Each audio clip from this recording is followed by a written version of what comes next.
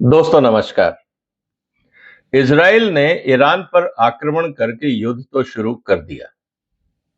बहुत सारे लोग ये कह रहे हैं कि ईरान को धूल चटा दी, अब ईरान खड़ा नहीं हो पाएगा। शायद लोगों ने डिटेल में ईरान की स्ट्रेटेजी को नहीं समझा है। और इसी की चर्चा आज हम ये करेंगे कि इस लड़ाई में ईरान ने क्या सोचकर अपनी रणनीति बनाई होगी और किस तरह से ईरान धीरे-धीरे इजराइल को और उसके साथ अमेरिका को ब्लीड भी कर सकता है। इस बात को समझना बहुत जरूरी है।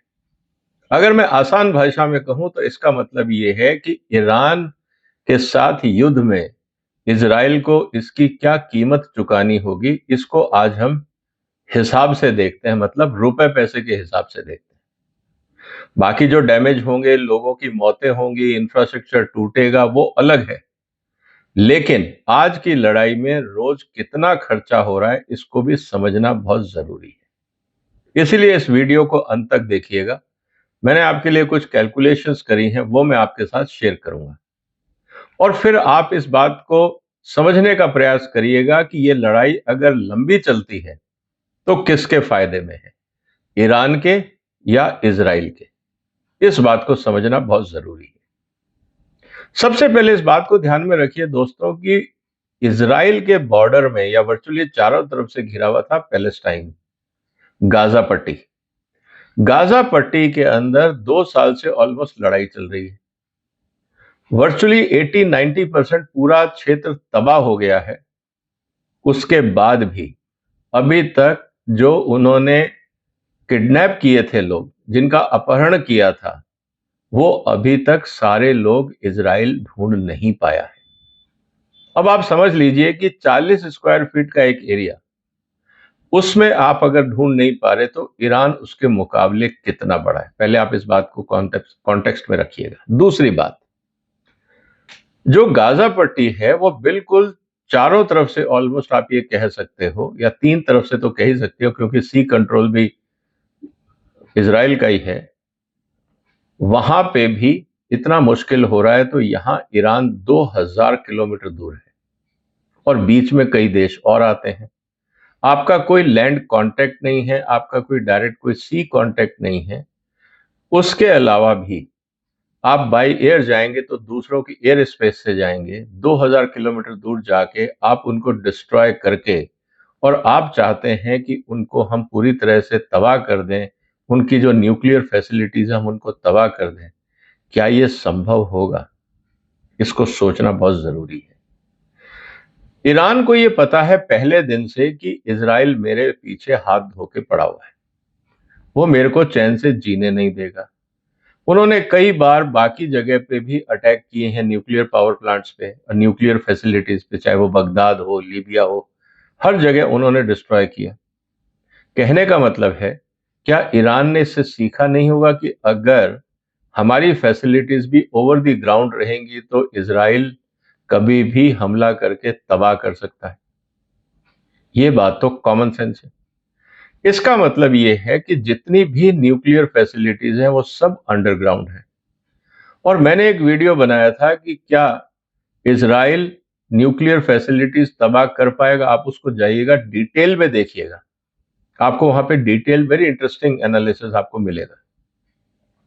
सवाल इस बात का है कि जब सारी research facilities, important facilities, storage houses पूरे ईरान में बिखरे हुए हैं और वो जमीन के 100-100 फीट, 100-100 मीटर नीचे है, ऐसा कोई हथियार नहीं है जो 100 मीटर नीचे जाके तबाही कर सके। और सिर्फ तबाही, सिर्फ उसका ये कारण नहीं है कि उन्होंने सुरंग बना के वहां काम किया है। उस सुरंग को अंदर से भी रीइंफोर्स किया होगा क्योंकि अर्थक्वेक आने की संभावनाएं होती हैं, बाकी चीजें होती हैं, उनसे बचाने का भी रास्ता ईरान ने ढूंढा होगा, संभाल के रास्ता निकाला होगा। ऐसी स्थिति में हवाई बम गिराने से क्या वो जो परिस्थितियां हैं या जो फैसिलिटीज हैं, क्या वो तबाह होंगी? अब जस्ट सोच के देखिए दोस्तों, मुझे नहीं लगता। खैर, उसकी चर्चा मैं पहले कर चुका हूं, इसलिए मैं उस पर दोबारा टाइम वेस्ट नहीं करूंगा। इस वीडियो में जो मैं आपसे चर्चा करने वाला हूं वो ये कि जिस तरह से इस समय ईरान की तरफ से मिसाइल्स छोड़ी जा रही हैं, इजराइल के ऊपर, ईरान की तरफ से इजराइल के ऊपर, उस समय इजराइल को उनको रोकना है। उस मिसाइल को रोकने के लिए इजराइल को कितनी कीमत चुकानी होगी, इसको भी समझना जरूरी है। मेरे आंकड़े के अनुसार अगर मैं आपको बताऊं कि जब एक ईरान मिसाइल छोड़ता है इजराइल की तरफ, तो वहां पे जो एयर डिफेंस सिस्टम है उसमें 3 तरह के हैं। एक तो क्लोज रेंज जिसको आप आयरन डोम बोलते हैं, फिर मीडियम रेंज जिसको आप डेविड स्लिंग बोलते हैं, और फिर लॉन्ग रेंज डिफेंस। अगर वहां से चूकेगा तो डेविड स्लिंग से चूकेगा तो आयरन डोम, और अगर उनसे भी चूक गया तो फिर वो निश्चित रूप से तबाही करेगा। और हमने देखा है कि इस समय इजराइल में तबाही बढ़ रही है, घट नहीं रही है। इसका मतलब क्या है? इसका मतलब ये है कि कहीं ना कहीं फाइनेंशियल स्ट्रेस के कारण जो एयर डिफेंस है इजराइल का वो वीक पड़ रहा है। इसको समझना जरूरी है। उदाहरण के लिए जो मिसाइल यूज होती है आयरन डोम में, उसकी कीमत है 150 या $1,50,000। अब $1,50,000 का मतलब क्या हुआ? करीब 1 से सवा करोड़ रुपए के आसपास। डेविड स्लिंग जो मिसाइल है उसकी कीमत है $1 मिलियन, मतलब करीब 9 करोड़ के आसपास। ये मैं सिर्फ मिसाइल की कीमत बता रहा हूं, 9 करोड़ की एक मिसाइल। और एरो मिसाइल जो है, जो लॉन्ग रेंज पे जाके ईरान की मिसाइल को तबाह करेगी, उसकी कीमत है करीब ऑन एन एवरेज 3 मिलियन। इसका मतलब करीब 25 करोड़। 25 करोड़ की एक मिसाइल, 9 करोड़ की एक मिसाइल, 1 करोड़ की एक मिसाइल, मतलब 35 करोड़ की मिसाइल आपको छोड़नी पड़ेगी एक मिसाइल को जो ईरान ने छोड़ी और इजराइल की तरफ आ रही है, उसको रोकने के लिए, एक मिसाइल को रोकने के लिए 35 करोड़ का खर्चा है। और जो मिसाइल ईरान छोड़ रहा है उसकी कीमत है $1 से 2 लाख। इसका मतलब क्या है? करीब 1 करोड़ रुपए के आसपास। 1 करोड़ की मिसाइल जो ईरान ने छोड़ी, उसको रोकने के लिए इजराइल को 35 करोड़ रुपए के हथियारों का इस्तेमाल करना पड़ रहा है। यह है डायरेक्ट कॉस्ट। रेडार्स की कॉस्ट, उनकी मेंटेनेंस की कॉस्ट, 24 घंटे उन रेडार्स को चलाना, उनको मेंटेन करना, उसकी मैन पावर, सर्विसिंग, वो कॉस्ट सब अलग है। मैं सिर्फ हथियारों की बात कर रहा हूं।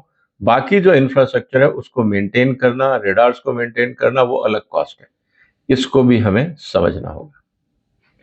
इसका मतलब यह है दोस्तों, जब ईरान ने, आपको याद होगा अप्रैल में एक बार लड़ाई छिड़ी थी और काफी सारे उन्होंने मिसाइल छोड़े थे ईरान ने छोड़े थे इजराइल के ऊपर। उस दिन करीब 350 मिसाइल्स छोड़ी थी, मिसाइल्स और ड्रोन्स ईरान ने इजराइल की तरफ। एक रात में इजराइल का खर्चा हुआ था करीब, जो आंकड़े आए हैं, 1.1 से लेकर $1.35 बिलियन इन वन नाइट। मतलब 10,000 करोड़ रुपए एक रात में सिर्फ इजराइल को बचाने के लिए इजराइल को फूंकने पड़े थे। 300 350 ड्रोन और मिसाइल। अब ड्रोन और मिसाइल की कीमत मैंने आपको बता दी। ऑन एन एवरेज अगर आप 50 लाख से 1 करोड़ रुपए भी मान लेते हैं, तो अगर 350 का मतलब कितना हुआ? अगर छोटे ड्रोन है तो आपको पता है $10,000 में भी बन जाएंगे, $20,000 में भी, $50,000 में भी। मिसाइल्स हैं 1-2 लाख में भी काम चल जाता है, $1,00,000 में। कहने का मतलब क्या है दोस्तों? अगर हम 350 की बात कर रहे हैं, एवरेज अगर हम 1 करोड़ भी लगा लें तो कितना हुआ? 350 करोड़। 350 करोड़ रुपए की मिसाइलें ईरान ने छोड़ी और उनसे इजराइल को बचाने के लिए 10,000 करोड़ रुपए का खर्चा एक रात में करना पड़ा। अब मुझे बताइए दोस्तों, इस समय लड़ाई लंबी चल रही है। अगर हर रोज ईरान सिर्फ 100 मिसाइल छोड़े, उनके पास करीब 10,000 मिसाइलें हैं, मैं कह रहा हूं अगर वो सिर्फ 100 मिसाइलें छोड़ते हैं और 35 करोड़ है एक मिसाइल को रोकने का खर्चा, चलो हम उसको 30 मान लेते हैं, एवरेजिंग कर लेते हैं, तो कितना हुआ? रोज का 3,000 करोड़ रुपए सिर्फ डिफेंसिव अप्रोच के अंदर इजराइल को खर्चना होगा। अब इसको आप 100 दिन चला लीजिए, क्या कीमत होगी। इसीलिए आप देख रहे होंगे जैसे जैसे दिन निकलते जा रहे हैं वैसे वैसे ईरान के हमले ज्यादा सक्सेसफुल होते जा रहे हैं इजराइल में। बिल्डिंगें तबाह हो रही हैं, उनकी रिफाइनरी तबाह हुई, पोर्ट्स को तबाह किया, डिफेंस के एस्टेब्लिशमेंट्स को तबाह किया, कई जगह हुए। बदले में काउंटर करने के लिए इजराइल क्या कर रहा है? इजराइल अपने हवाई जहाजों से अटैक कर रहा है। और कहां अटैक कर रहा है? आप इस बात को मान लीजिए, जितने स्ट्रेटेजिक लोकेशंस होंगे वो सब अंडरग्राउंड होंगे। और इस समय ईरान अपने सारे पत्ते नहीं खोलेगा। उनको ये पता है कि अमेरिका इस लड़ाई में कूदेगा। वो अपने सारे पत्ते, सारे मिसाइल लोकेशंस बता के अपने आप को बर्बाद करना नहीं चाहते। क्योंकि अमेरिका क्या करेगा, जैसे ही लोकेशन पता लगेंगे जो एयर डिफेंस सिस्टम्स की, अमेरिका सबसे पहले उन पे ड्रोन से हमला करके उनको बर्बाद करेगा। इजराइल ने अभी सारे पत्ते नहीं खोले होंगे, ईरान ने अभी सारे पत्ते नहीं खोले होंगे। अब सवाल इस बात का है तो क्या होगा। इसीलिए मेरा यह कहना है कि जिस तरह से लड़ाई चल रही है, इस बात को मान लीजिए कि जितनी ये लड़ाई लंबी खिंचेगी उतना नुकसान इजराइल को होगा, अमेरिका को होगा। क्योंकि इजराइल के पास तो पैसे हैं नहीं। आफ्टर ऑल किसको फाइनेंस करना होगा? अमेरिका को, यूरोप को। पहले ही वो काफी हद तक $300 बिलियन के आसपास, और ओवरऑल अगर देखें तो $200 बिलियन यूरोप ने और 300 साढ़े 300 करीब अमेरिका दे चुका है यूक्रेन को। तो ऑलमोस्ट $1 ट्रिलियन से थोड़ा सा कम खर्चा अभी तक हो चुका होगा। अब नया फ्रंट खुल गया। अब यहां पैसा कौन देगा? अमेरिका अगर देता है तो कब तक देगा? अगर ईरान कुछ भी ना करे, आराम से बैठ जाए, सिर्फ मिसाइल नहीं छोड़ता रहे, तो आपको पता है कि करीब $500 मिलियन का रोज का बिल ईरान इनके ऊपर खड़ा करता रहेगा। बदले में अमेरिका और इजराइल क्या करेंगे? इनके सिविलियन इंफ्रास्ट्रक्चर तोड़ेंगे, बिल्डिंगें तोड़ेंगे। आपने ये सुना होगा कि बहुत सारे ईरानियंस शहर छोड़ के जा रहे हैं, भाग रहे हैं। ईरान ने पता है क्या किया? ईरान ने सारे ऑफिसेज को कह दिया वर्क फ्रॉम होम। आपको जरूरी नहीं है ईरान में रहना, आप रिमोट एरियाज में अपने गांव में जाइए, वहां रहिए। क्योंकि रिमोट एरियाज ना तो अमेरिका के टारगेट पे होंगे ना इजराइल के। तो पूरी पॉपुलेशन, अगर आधी पॉपुलेशन भी अपने अपने गांव चली जाती है और सिविलियन रह जाते हैं, तो सवाल अब इस बात का है कि क्या अचीव कर रहे हैं। निश्चित रूप से कुछ एयरपोर्ट्स टूटे जाएंगे, कुछ डिफेंस स्टैब्लिशमेंट्स तोड़े जाएंगे, खाली तो वो भी नहीं बैठेंगे। लेकिन किसकी कीमत पर और कितनी कीमत पर? इसलिए दोस्तों, जैसे जैसे ये लड़ाई बढ़ेगी कई नए आयाम आएंगे। हम उसकी चर्चा आपसे करते रहेंगे। इसीलिए मैं रिक्वेस्ट करता हूं आप इस चैनल को सब्सक्राइब करिए, सपोर्ट करिए। इस तरह का क्रिटिकल एनालिसिस मुझे नहीं लगता आपको कहीं और मिलेगा। बहुत जगह आपको लगा होगा कि ईरान बर्बाद हो गया, ये हो गया। जब आप ग्राउंड पे नहीं हैं, आपने असेस नहीं किया, जस्ट बिकॉज कि इजराइल ने बम फेंक दिए तो ईरान बर्बाद हो गया, क्या ईरान को नहीं पता था? ईरान पिछले 20 साल से, जब से सद्दाम हुसैन की तख्तापलट हुई है, तब से ईरान को पता है कि अमेरिका एक ना एक दिन उसके ऊपर चढ़ाई करेगा। उस तारीख से लेकर आज तक 20 साल में आपको क्या लगता है ईरान ने तैयारियां नहीं की होंगी? तो इतनी आसानी से दुश्मन को राइट ऑफ करना भी ठीक नहीं है। अगर आप दुश्मन को कमजोर समझते हैं तो आपकी हार हो सकती है। इसीलिए शायद इजराइल कहीं ये गलती तो नहीं कर रहा। इस बात की भी हम चर्चा करेंगे कि क्या इजराइल और अमेरिका ने ईरान को हल्के में तो नहीं ले लिया। क्योंकि 20 साल में बहुत कुछ बदला है। टेक्नोलॉजीज इंप्रूव हुई हैं, सिस्टम्स इंप्रूव हुए हैं, साइबर इश्यूज हुए हैं, साइबर थ्रेट इंप्रूव हुए हैं, साइबर सिक्योरिटी के मुद्दे आए, नए बहुत सारे डायमेंशन हैं। क्या हमें सब कुछ पता है ईरान के बारे में? शायद नहीं। इसीलिए बेहतर ये होगा जैसे जैसे सिचुएशंस अनफोल्ड होंगी हम उसकी चर्चा करेंगे। आप हमारे साथ बने रहिए, इस वीडियो को शेयर करिए, सब्सक्राइब करिए। फिर मुलाकात होगी एक और महत्वपूर्ण मुद्दे के साथ। तब तक अपना ध्यान रखिएगा। फिलहाल वंदे मातरम।